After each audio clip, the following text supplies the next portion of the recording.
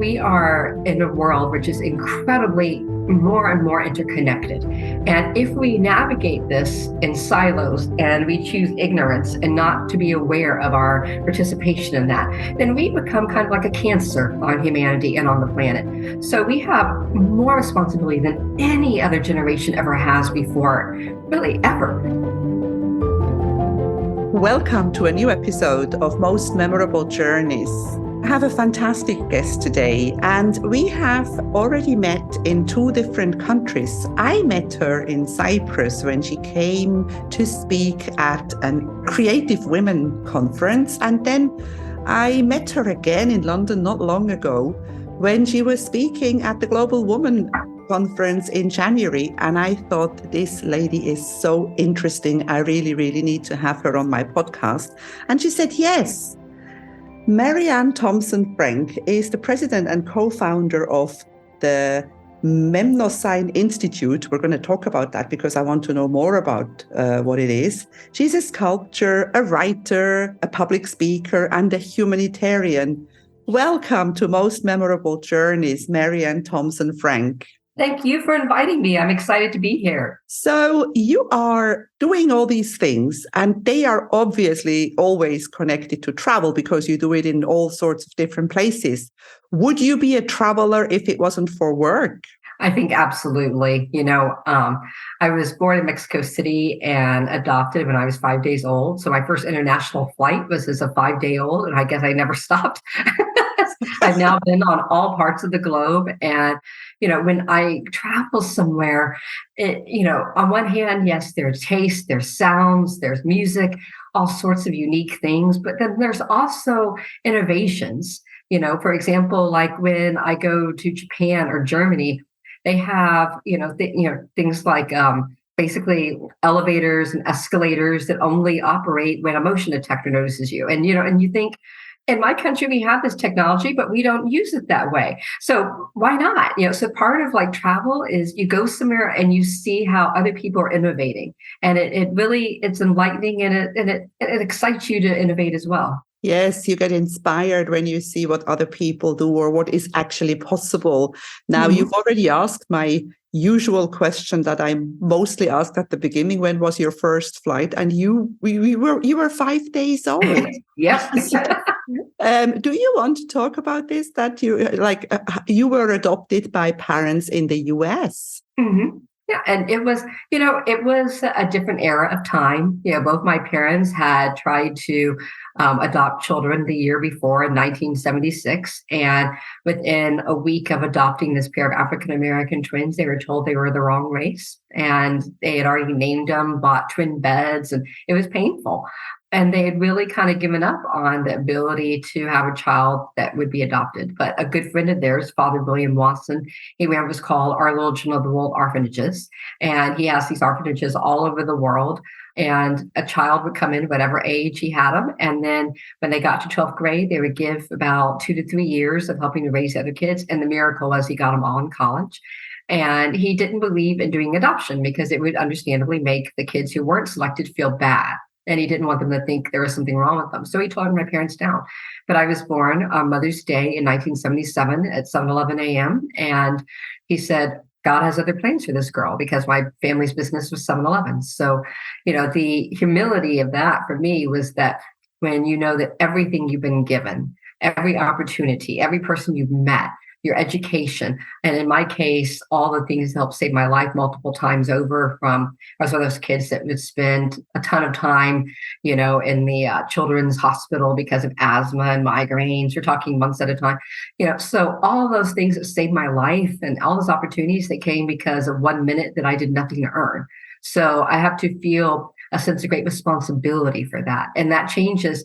And in regards to this show, when I started visiting Mexico, one of the best things my parents did, and I encourage all parents everywhere, when you travel, don't hide poverty from your children. My parents let me see it. And it helped me understand, while as a little kid, I could be regarded as a child art protege, I'd see children that were much better at art than me trying to sell pottery and, thinking, dear God, let me sell this thing so that I can eat this week. And it was very humbling. So, it's allowed me to go through life with two kind of mentalities. There's the privileged person, the educated person, the world wise person that I am. But there's also the awareness that I could have been that kid seeing this very snooty tourist go by, and I'd say, if I were her, I'd do this. And then the challenge is whatever that is what I need to do with my life. So it kind of gave me from the beginning a really unique way to see and experience the world. Wow, that's amazing. Because I made a post on Facebook during the time when the earthquake in Turkey had hit at the beginning. And I was saying how helpless I feel, that I'm sitting here in my warm house, knowing that these people are either looking for loved ones, or they're cold, or they don't have anything to eat. And then somebody replied and said to me, we were given this gift of life, and it is our duty to use it. It doesn't help other people if we don't live. So what you are saying about the opportunity that you were given, that is really so much, it's so true. And also what you're saying, that we have as Westerns, or as people, rich people, or whatever we want to be called, we can be very arrogant towards people who are just as capable as we are, or even more, but they just happen to be born in the wrong place. Mm-hmm. And I think that when you travel the world, one of the most important things I tell people is the most intelligent people I've met in my life are quite often in struggling third world situations, and they have to be, because if you're not using your brain to its fullest capacity, you don't survive. Whereas in some Western world countries, you can kind of skirt by putting, 60%, 80%. We've all known people who only put so much out there, but you go into these third world situations, and if they are not using 100% of every God-given gift that they have, they do not survive. And that could be artistic, that could be mathematics, that could be engineering. The things that I've seen people come up with, innovations in their communities. Like when I was in Rwanda, one time, we met the Bachwa people. And before going there, I had always assumed it was just the Rwandese. And those of you that, know history, know that sadly there was a genocide there between the Hutu and Tutsi, and that was a lie the Belgians had created, that there really was no Hutu and Tutsi. They were all Rwandese. The Hutu had more broader noses, darker skin. Hutu had smaller noses, lighter skin, but they were all one tribe. But there actually was a secondary tribe, and that was the Bachwa, which most people know as the Pygmy. And we went there and we met them, and we saw just how innovative they were. And they were in a situation where they had been caught up in a genocide that actually had nothing to do with them. They had been the forest people that had, subsisted in the rainforest in the past. And whatever they needed, they picked it off the tree, or they grew it, or they hunted it. And then they were told in the middle of genocide, you have to join the modern world. Good luck. No money, no resources, just kicked out of the forest. Good luck. And by the way, here's a genocide. Try and survive this. And yet, we went in and we met these people that, we said, what is one thing we could do for you? Well, they had been so innovative. They had taught themselves ceramics, but the genocide had resulted in destroying their kiln. And they said, look, we just need to fix the kiln. And it really touched me deeply, because they were saying, this is the one thing that gets us off this, wheel. We fix the kiln, we can fire our pottery, we can make money again, and so we did that. But they reported to us, they had been so smart with how they used the money, and they'd fixed portions of the kiln at a certain point in time so they could build other things and do other stuff. I mean, they basically almost quadrupled the money. And that was the intelligence of these people to do that. It's just astounding. And and the innovations that this one tribe, they have a particular it's a fungus, I think, and they use it because they say that people are not a grown adult until they've used this fungus, and it causes you to experience all of your life from everyone else's point of view. So if you've been someone who's helped people throughout your life and given positive emotions, you experience all that. If you've been someone who's taken advantage of others, you feel all the pain. But whatever it is, by the time you get to that age, they say you experience that. Well, now that fungus they use is the number one thing they're using across the world in medical establishments to help people fight cocaine and heroin addiction.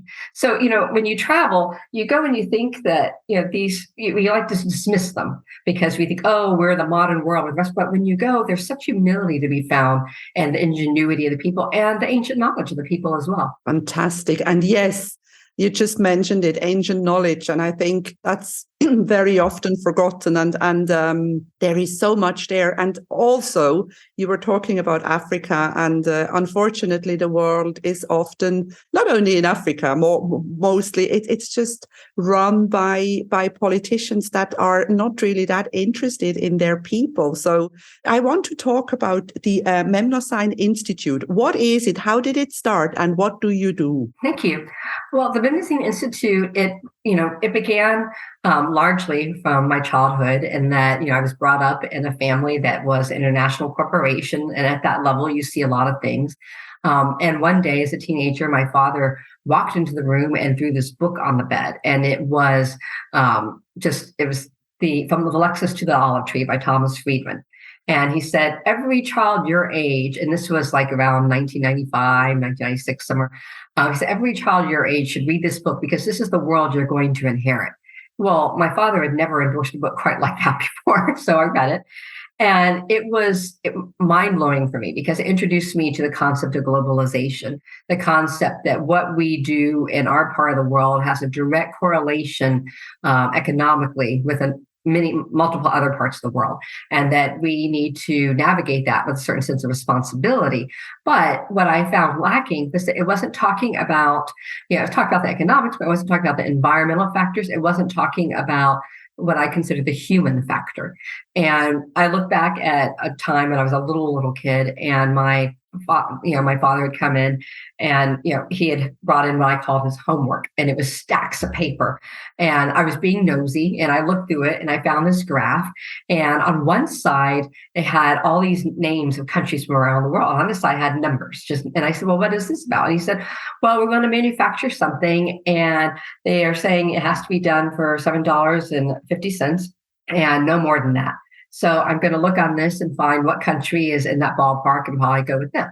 And being a kid, everything's black and white and simple. I looked on that thing and I saw, some countries ask for $2.15, $1.50. I said, "Well, Dad, why don't you go with someone asking for like, $1.50 or $2.15 and give them the $7.50 that's pre-approved and change everybody's life?"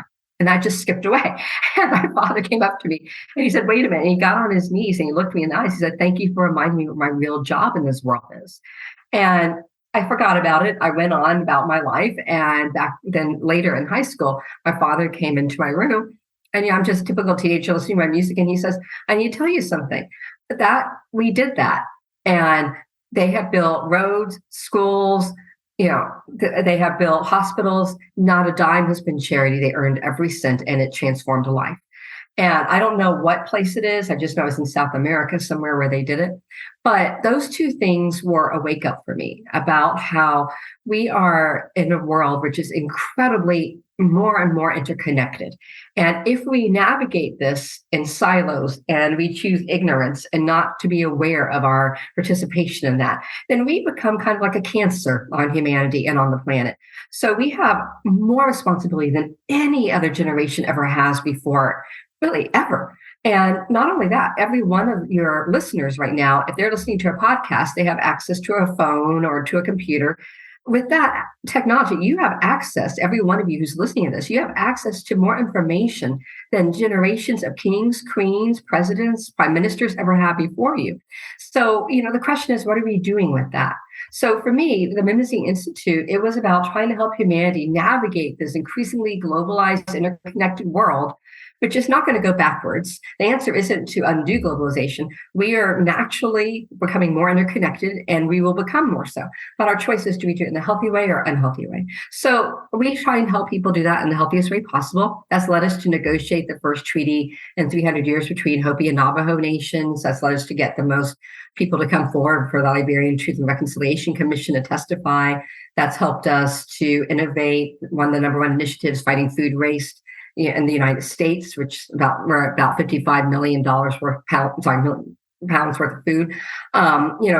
We're doing so many different things, but they all come out of the same thing. How do we help modern day humanity to navigate these challenges in the best way possible? Something that you just said made a real impression on me, that we do know now we are responsible. We have more responsibility because before the internet, people knew less. People could listen to the news, they could watch stuff, they could listen to the radio, but now it's available 24/7 and there is no more excuse for not knowing. It's not just about the world, I believe. I think it's also about having self-responsibility for our bodies, for example, or for our, we can learn. There is so much stuff available that doesn't even cost anything. I think it is really, really time for everybody to wake up and understand that we are responsible for our lives and that we can create basically whatever we want. Absolutely. And it's really challenging for people when you're stuck and you're depressed and a lot of things are pushing against us. And all of us have been in that place, every one of us.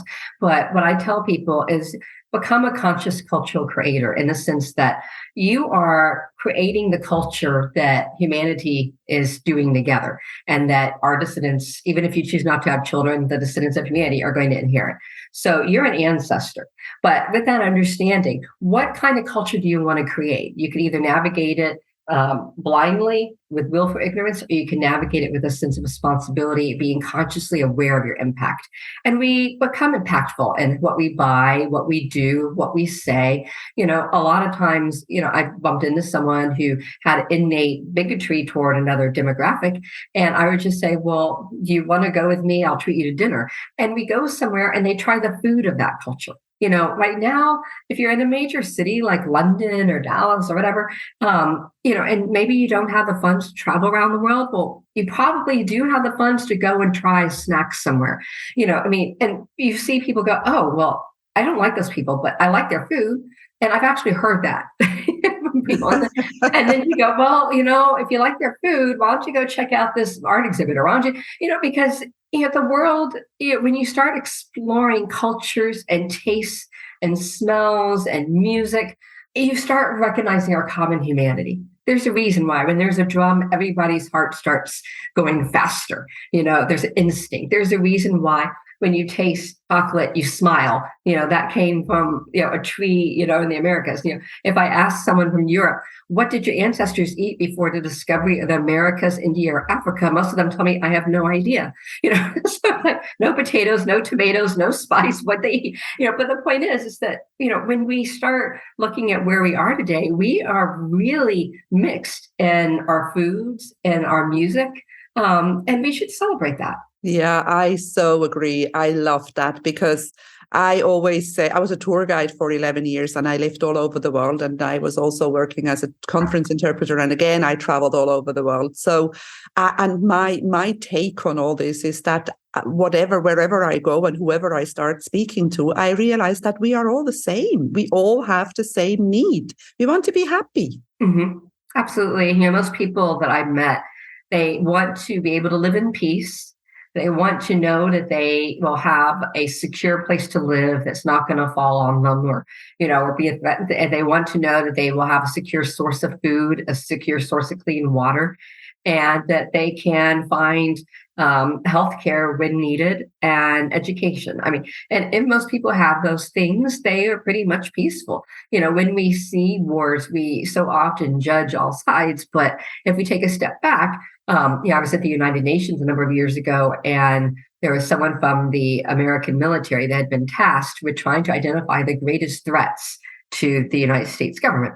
And it was understood that whatever they did would pretty much be a threat to any major first world country. They said, the end was climate change, but not because of all the reasons you think. They were explaining that when a catastrophe happens, you're going to have a mass exodus of people who are fleeing because of floods, droughts, or things like that. And that's when you have people coming in from Latin America into the United States. That's when you have people coming in from Africa or Turkey into Europe. So if people are really concerned about that, then we have to go back and say, what is causing these issues, and how can we help people to feel secure and safe where they are? Because anyone that's been a parent or loved a child, well, no, you don't want to take them away from their friends and their family and everything that they love. You're only going to do that if that's the last option, if they are truly unsafe. So, instead of judging, the migrants, we have to kind of go, how are we as the first world participating and causing some of this mass exodus? And, and how can we celebrate their cultures and how, there's probably not a place that they are escaping from that if it weren't for the violence connected to politics, wouldn't be a destination place. Oftentimes, just that it's beautiful. It's like when I've been in Rwanda or the Yucatan, it's gorgeous, and you truly realize we as humanity live in paradise. We create the hell. That is so, so very true. I mean, no one would ever leave their home or their environment if they weren't threatened by something. And that's something that always hurts me when I see people, judging migrants and making them feel uncomfortable or unwelcome. I have never been able to understand that, because they are not here, or wherever they are. They're not here because they want to. They are here because they had no other choice. Mm-hmm. And those of us that have been blessed, like you and me, to see different parts of the world, I think one of the best things we can do is help others who haven't been as privileged to get to learn about these cultures, the music, the food, recognize they're bringing with them a richness, a beauty that we can add to greater enrich our own communities. True. And if we can't help them, because sometimes it's not always possible to help anybody, but at least we can be kind to them. Mm-hmm. So, Marianne, I want to talk a little bit. We've been very serious here now and talking about changing the world and what we can do. But I know that during your trips, you also have fun. Oh, yeah. You got to be well balanced. Do you have any fun travel stories? Many. We've, a lot of the travel I've done in my life has been linked to our humanitarian work with the Memnosyne Institute. And what happens is that you find yourself somewhere because of work that you would not have necessarily sought out. And then you just say, okay, well, let's add 3 or 4 days to this and just see what this place is about. So, that has taken me to caves in Malaysia, to, being in, one of the most amazing things, we were asked to bring the chief of the Tolteca people, Teotihuacan, Luis Kempenta. He's one of my spiritual teachers. It's easier to call him Ricardo. That's a mouthful. But we were asked by the Shahrazad Arin, who is recognized by the Egyptian government as the descendant of a long line, we're talking thousands of years, of a family that's been responsible for the Sphinx in Egypt. And they hold the stories, the purpose, the building. I mean, just that they pass all this information out. And so we were asked, she wanted to do a cultural exchange. So we ended up bringing Ricardo to Egypt to meet her. And along the way, we ended up seeing many, many other things and many other teachers. It was an eye-opening thing for me because I had assumed that everybody in Egypt was purely Muslim or else Coptic Christian. And I didn't realize there were some who still practiced very, very ancient traditions. Seeing the exchange that these two pyramidal cultures shared was just amazing. I mean, if anyone was to look online, you would find out that Orion's belt is what, both the complexes in Teotihuacan as well as in Cairo, they're both based on the same Orion's belt configuration. But what I didn't expect was they had the same words for very complex ideas. And it was just a marvel to sit there and watch them, exchange these concepts. Egypt is a fascinating country. I used to do tours in Egypt when I was a tour guide, and just the vastness of traveling from people. Many people think Egypt is Cairo, but when you think of all the ancient sites of Luxor and the Valley of the Kings, the Valley of the Queen, and then you go all the way up to Abu Simbel, and you see that it's a fascinating place. It's definitely one of the places in my life that I feel have been totally underestimated and kind of misunderstood, because it's fantastic. Well, so true. And there's also so much information that people don't really learn about. And it's not hidden. It's just people kind of stop. They go, oh, there's some pyramids there. And they stop. Because we were doing this rather sacred exchange between these two different spiritual leaders, we were asked to go to 6 other places before seeing her. So those 6 other places took us throughout Egypt. Then when we finally got to Cairo, one of the things I had not known, you may know, but I didn't, the temple, the Pyramid of Giza is as goes down as deep under the earth as it goes above the earth. And so we were taken down there. And, for anyone that's into the biblical texts, they know that Moses was raised as a pharaoh. And so he had to go through all these basically initiations to get that. So, and there's only one place where they do this. So when we went in there, it was very surreal knowing you're walking in this place for these legendary figures and theology, and it made it very real because, when you're just reading the Bible, it feels a bit, I don't mean this in any disrespectful way, but it's almost like a Greek mythology because you're like, okay, somewhere in the ancient past, this thing was there. But when you're walking down, and you're realizing that underneath is even older and more ancient than the pyramid, and that these huge slabs of stone. In my family, we built a high rise here in Dallas, and I got to learn the amount of weight that a single modern day crane can lift. It cannot do this, and yet you're deep under the ground, and huge slabs of stone are perfectly aligned next to each other. We're talking about things that are like 100 feet across, next to each other. And then you go down under there and there's a well that goes even deeper. And next to it, there's a little room. And your job was to basically go on your hands and knees the length of this tunnel. And you go and you lay on your back with your head to a wall. And it's apparently where the family of the pharaohs would go and lie there to meditate. And they would lay there for apparently like a week.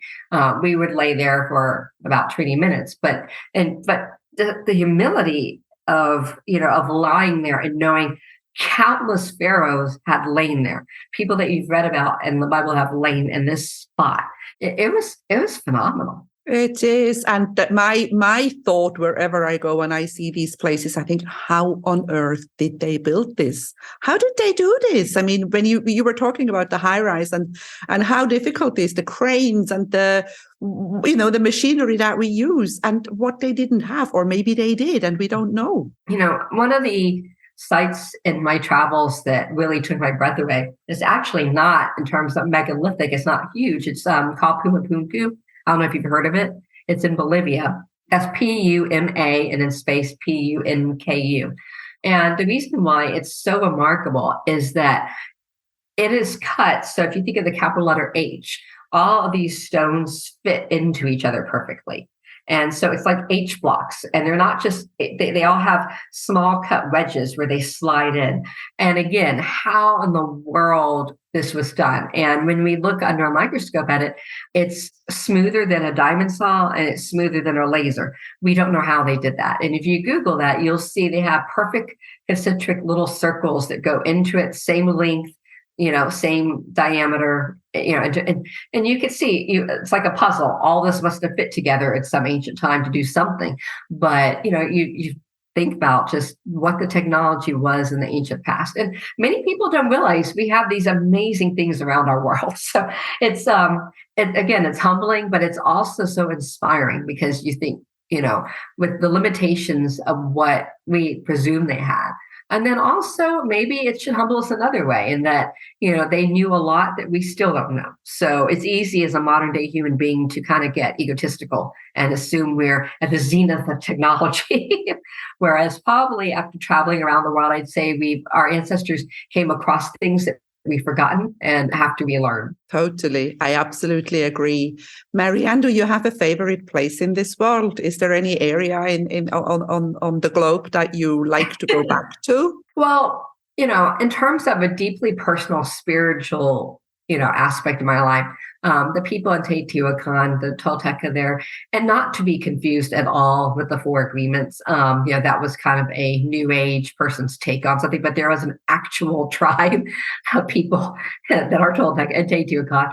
And long before that book came out, we were working with them to fight for their human rights. And it's a deeply meaningful place. And it was painful to watch for many, many years because the United Nations gave nations the responsibility of making sure that traditional indigenous people could have access to their traditional spiritual lands for prayer purposes, and they were denying them. So we were involved in an amazing opportunity where we worked with the Manil collection out in, I guess it was, not the Manil collection. I'm so sorry. This was out in San Francisco.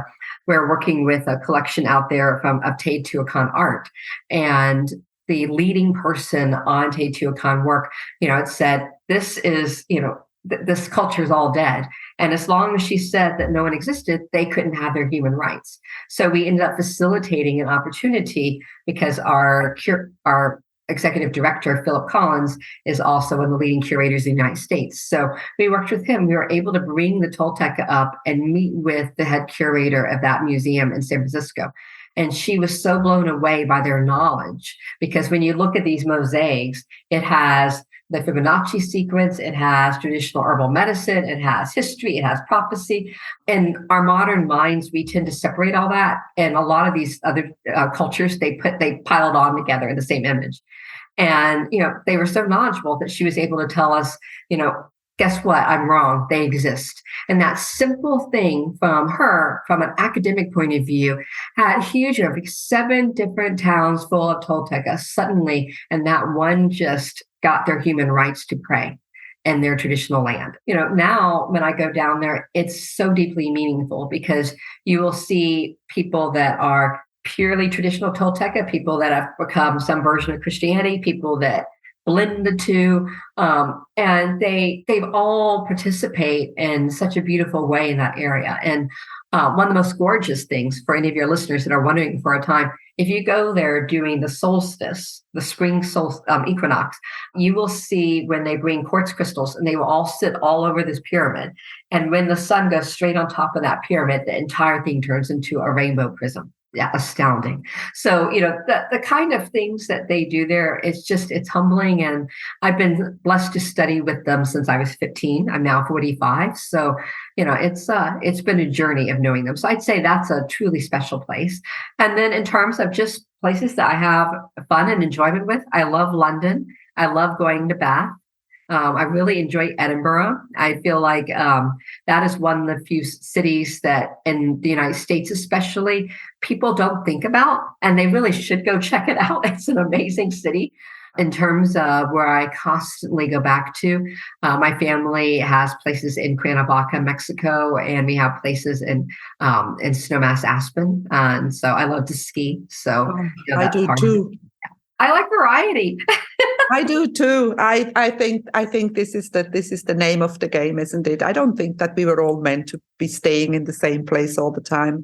And I think it also, as we said at the beginning, traveling opens your horizon. It makes you feel humble. It makes you understand how small we are, really. And now my last question, because we're getting to the end, and I had to fill out the form yesterday, which really made me think, because the one question was, how do you see the future? And I thought, what am I going to write about? How do I see the future? My future, the future of the world. But what is coming up for Marianne Thompson Frenk? And just combining this question, what can we all do to make the world a better place? When we look at the future, the question to ask yourself is, what future do you want it to be? I've been blessed to know some exceptional human beings in my life. And the ones, and this will sound morbid if it's not meant to be, but the ones that I've been with as they passed away that had the greatest peace and even a sense of joy were the ones that did 2 things. One, they weren't afraid of failure. They would take a flying leap and fail again and again and do it again and do it again until they had some kind of success. But they didn't go without regrets. And that was something my grandmother, Margaret Philip Thompson, would always say, live your life without regret. You're not going to regret any mistakes or failures. You're going to regret never trying. But the other thing that I would say, about the future is create something. I see all these things online about, people aren't nice anymore. People aren't, well, then you be nice. People aren't, heartfelt. Well, then you be heartfelt. People don't go out of their way to do this one little thing. Well, then you do that one little thing. That's, if you see something lacking in this world, then that is your calling to fulfill it in some way, shape, or form. And I'm not saying you have to fix everything, but I'm saying if something really bugs you that seems to be lacking in society, then act on that. And every one of us has the capacity. Even if you don't have a dime to give, if you're walking down the street and you see someone who's homeless, you can make eye contact and say, good afternoon. Because what that's really saying is, I recognize you're a human being. And that's something we have way too little of in this world. So, those are the things I would impart to anyone trying to seek, how they can make it, as for myself, along with those things, I have a company called Eco that I've launched with a friend of mine, Tanya Ariales Rodriguez, who's traveled a lot with me. And we're focused on, doing a lot of environmental responsible development and including solar farms and whatnot. And then I also have a friend of mine, Kalu Uguormo, and we have it's called UTF Holdings, and we're doing a lot of investments that were basically in support of the Sustainable Development Goals. And then with my husband, Joshua Raymond Frenk, we're continuing to work with the Memnosyne Institute, and we worked with a wonderful man named Keith Critchlow, who's from the UK, who sadly passed away last year. But he designed the last buildings of his career for us, and he's a world famous architect. In the past, nothing would be built by the UK government without his authorization. He was the leading sacred geometrist in the world. So, we have a million different things like that. And at the same time, I'm working on some books, one with a friend, Morella Sula, CEO of A Global Woman, and it's called The Feminine Front Line on female leadership. And then I'm working on another book called Crisis of Consciousness with Dr. Irvin Laszlo. So those books are coming down the pike. And as well as I'm working on a book called Southland, which is based on my family history going back 3 generations to today, showing basically a legacy of working as activists in the world. So we're giving a shout out here to Mirella Sula because she is actually the one who got us together. I'm the regional director of the Global Women Club Cyprus. And that's how I met you again in London, because you were on stage there. And just to sum this up, because first of all, I want to apologize. I pronounced Memnosyne. I said Memnosyne, so it's called Memnosyne Institute. That's the one thing that I want to say. And to sum it up, what Marianne Thompson Frenk means, by saying it's never be afraid of failure and be the change you want to see in the world. It's really simple, isn't it? It really is. And, if you have a chance, the best education, if you can afford it, is to see some other place completely different. I think that is so powerful, and our Japan chapter, they have children from Israel and Palestine that come over there, and these kids, they're just in shock that some place is so different, and they realize how similar they are by default, and that to me is, Reverend Yano is the one that runs that. But that to me is a good example. Whatever you think is unsolvable, or these people are so vastly different, well, go see something different. Go and, and breathe in a different part of this world, because it will broaden your mind and make you realize there's so many innovations that are possible in your own life you didn't realize were there. Beautiful. Thank you so much for being on Most Memorable Journeys, Marianne Thompson Frenk. Thank you for spending time with me. Thank you. Enjoyed it. If you enjoy my podcast, please like, share, and subscribe to my channel. You will find all the information in the show notes.